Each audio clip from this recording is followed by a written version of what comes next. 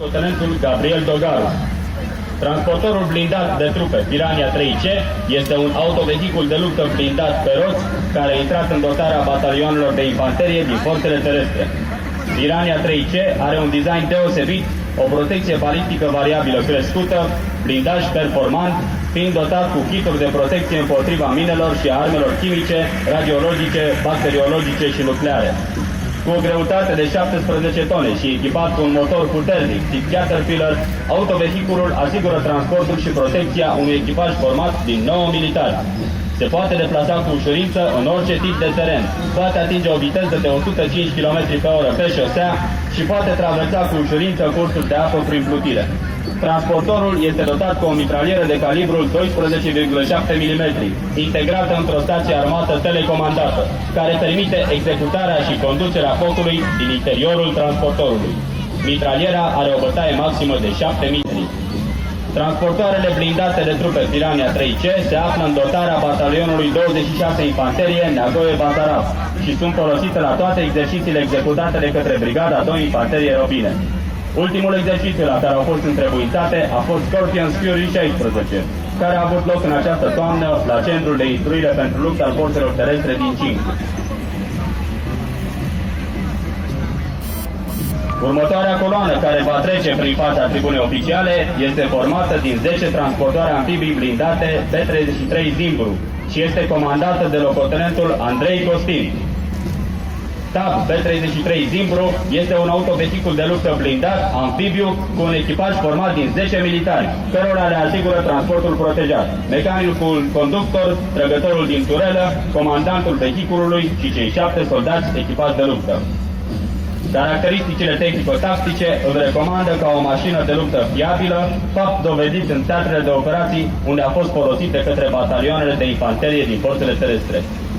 Transportorul amfibiu blindat Zimbru a avut o contribuție majoră în îndeplinirea misiunilor în cadrul exercițiilor multinaționale executate în țară și în afara statului român, ultimul dintre acestea fiind Anaconda 16 din Polonia. Transportorul amfibiu blindat B-33 Zimbru este înzestrat cu o mitralieră de 14,5 mm cu bătaia maximă de 7000 de metri și o mitralieră de calibrul 7,62 mm cu bătaia maximă de 3800 de metri. Are de asemenea un sistem de lansare a grenadelor fumigene compus din 6 instalații ce ajută la mascarea acestuia. Posedă și un sistem de protecție contra armelor de distrugere în masă. Transportorul are o masă de luptă de 14 tone și este propulsat de un motor diesel de 280 de cai putere. Viteza maximă pe șosea este de aproximativ 85 de km/h, iar autonomia este de 700 de km. Blindajul este din plăci de oțel care asigură protecție împotriva schijelor, glanțelor de calibrul 12,7 mm trase de la 100 de metri în partea frontală și glanțelor de calibru 7,62 mm trase de la 20 de metri pentru restul autovehiculului.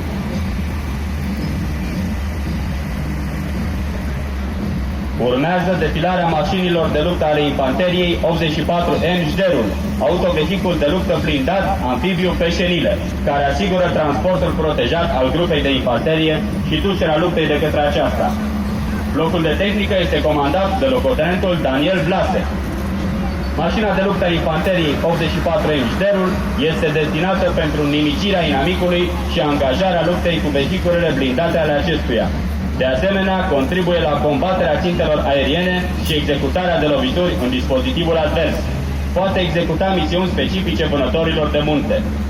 Mașina de luptă a infanteriei 84M Jderul are o mare putere de foc, având în înzestrare un tun de calibrul 25 de mm, un sistem de rachete antitank dirijate, o mitralieră de calibrul 7,62 de mm și o mitralieră antiaeriană de calibrul 12,7 mm. Este echipată cu o aparatură performantă de vedere și conducere pe timp de noapte, permițând executarea de misiuni în condiții de timp nefavorabile. Mașina este prevăzută cu echipament de stingere automată a incendiului din camera energetică și acționare manuală în camera de luptă și a destanțului. În cadrul exercițiului multinațional Combined Resolve 2, desfășurat la Centrul de Instruire din Hohenfels, Germania, la care au participat peste 4.000 de militari din 17 țări, LLI 84 Jderul a dovedit fiabilitate și interoperabilitate cu tehnica partenerilor NATO. Mașinile de luptă ale infanteriei 84 Enjderul sunt urmate de detașamentul tancurilor TR-85 M1 Bizonul, comandat de locotenentul Ionuț Cristian Muja. Tancul românesc, model 1985, este un tank proiectat în România, iar varianta modernizată TR-85 M1 Bizonul este compatibilă standardelor NATO. În urma modernizărilor, tancul Bizonul oferă un grad ridicat de putere de foc, protecție a forței și manevrabilitate în câmpul tactic, atât în ceea ce privește deplasarea pe timp de zi, cât și capabilitățile de deplasare pe timp de noapte. Modernizările aduse acestui tank au avut ca obiect și fiabilizarea agregatului energetic și a sistemului de frânare, precum și instalația de transmisiuni.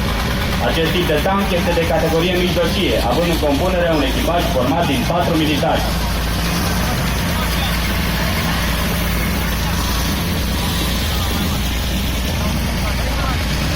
Va defila prin fața tribunei oficiale Ghepardul, un sistem de artilerie antiaeriană blindat, autonom, autopropulsat, cu mobilitate ridicată, care poate executa misiuni de luptă în orice condiții meteorologice, ziua și noaptea.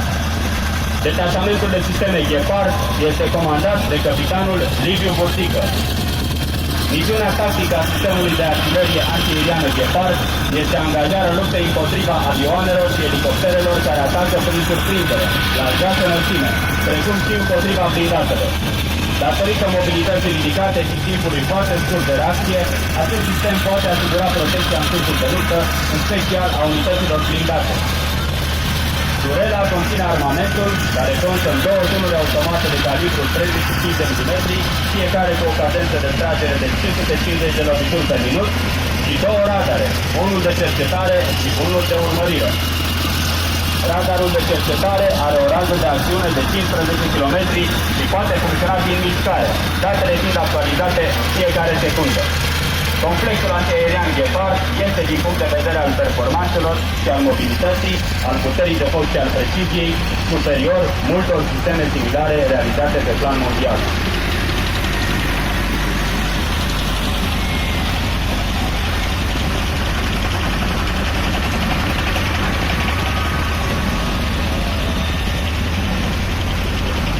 Va defila prin fața tribunei oficiale mașinile de luptă a infanteriei comandate de plutonierul ajutant Vivian Anton. Va intra în piața Arcului de Triunf punctul de comandă mobil pe șasiul mașinii de luptă a infanteriei 84M. Acesta este dotat cu tehnică modernă de comunicații ce permite realizarea comenzii și controlului în mod integrat. Punctului de comandă urmează mașina blindată pentru evacuare medicală Medevac. Urmează autovehiculul blindat TFVAC, care asigură evacuarea tehnicii avariate din câmpul de luptă.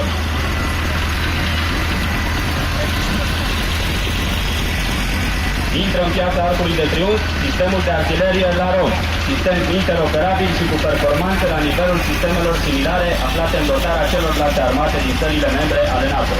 Detașamentul Laron este comandat de sublocotenentul Alexandru Bălaj. Lansatorul multiplu de rachete Laron este un mijloc autopropulsat de lovire complet automatizat, cu o mare putere de foc, care poate să lovească o gamă diversă de ținte în deosebite dimensiuni mari, dispuse în adâncimea dispozitivului inamic.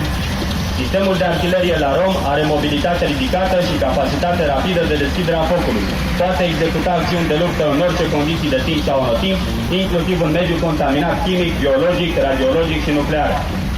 Dispune de un sistem logistic integrat care asigură muniția containerizată și încărcarea mecanizată a acesteia.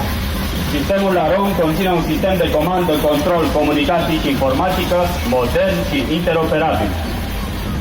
Un avantaj considerabil al sistemului Laron îl reprezintă, pe lângă capacitatea de reacție și răspuns în timp scurt, și posibilitatea folosirii a două tipuri de muniție, explozivă și rachete, cu o precizie ridicată.